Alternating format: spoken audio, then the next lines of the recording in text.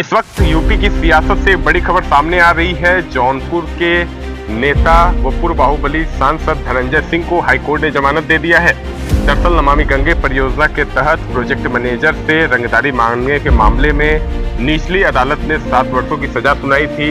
ऐसे में धनंजय सिंह ने इस आदेश के खिलाफ हाईकोर्ट में याचिका दाखिल की थी।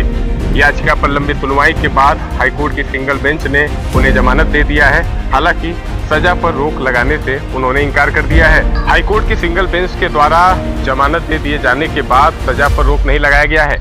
इसका मतलब साफ है कि धनंजय सिंह चुनावी मैदान में नहीं आ सकेंगे, वहीं उनकी पत्नी ही चुनाव लड़ेंगी। आज सुबह ही धनंजय सिंह को जौनपुर की जेल से बरेली जेल शिफ्ट किया गया था। इसी बीच हाईकोर्ट ने यह फैसला सुनाया है। हमारे साथ ज्यादा बातचीत करने के लिए अधिवक्ता राहुल त्रिपाठी जी जुड़ रहे हैं। हम राहुल त्रिपाठी जी से बातचीत करके जानेंगे कि किस तरीके से उनका पूरा मामला था और जमानत मिलने में क्या वो वजह थी जिसकी वजह से हाईकोर्ट ने जमानत दे दिया। हमारे साथ अधिवक्ता राहुल त्रिपाठी जी जुड़ चुके हैं। राहुल जी, किस तरीके से धनंजय सिंह का मामला कमजोर था, जिस वजह से क्या मानते हैं आप किन वजहों से जो है उनको जमानत मिल गई?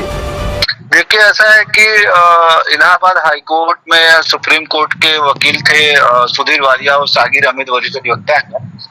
इन लोगों ने धनंजय की तरफ से बिल प्रस्तुत किया था, जिसमें इन्होंने कहा था कि इनको जो भी फंसाया गया है राजनीतिक विद्वेष में फंसाया गया है।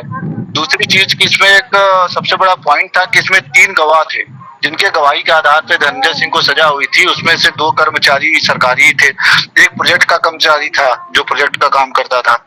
इन लोगों पे दबाव बनवाकर ये झूठी गवाही करवाई गई कि किसी भी तरीके से धनंजय सिंह को फंसाया जाए।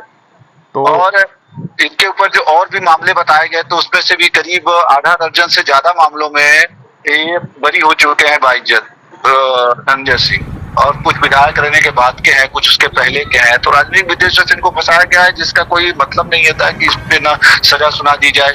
और सरकारी कर्मचारियों को लेकर इसी बात पे हाईकोर्ट में काफी लंबी बहस चली थी, जिसपे हाईकोर्ट ने अपना फैसला सुरक्षित रख लिया था।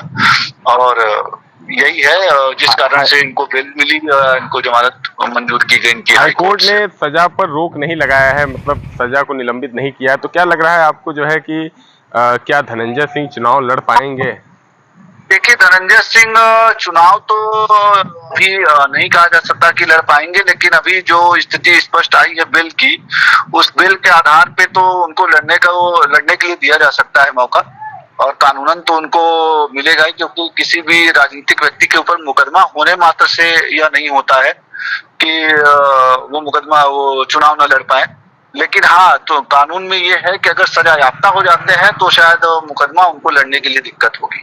तो इस बात पे हाईकोर्ट अगर रोक लगाती है तो वो चुनाव लड़ सकते हैं। लेकिन अगर हाईकोर्ट ने अभी ऐसा कोई स्पष्ट, मुझे नहीं लगता, अभी आदेश कॉपी नहीं मिली है, लेकिन अगर ऐसा कोई आदेश देगा तो ही वो चुनाव लड़ सकते हैं। बहुत धन्यवाद आपको। तो हमारे साथ बातचीत करने के लिए पूरे मुद्दे पर वरिष्ठ अधिवक्ता राहुल त्रिपाठी जी जुड़े हुए थे। मिर्जापुर न्यायालय में अधिवक्ता हैं। इन्होंने साफ तौर पे कहा कि धनंजय सिंह को चुनाव लड़ने में भी काफी मुश्किलें हो सकती हैं, क्योंकि सजा पर हाईकोर्ट ने रोक नहीं लगाया है, उन्हें बस जमानत दी है। इस वजह से उनकी पत्नी जौनपुर के मैदान से हुंकार भरती हुई दिखाई देंगी। रिपब्लिक इंडिया के लिए मुकेश पांडे की रिपोर्ट।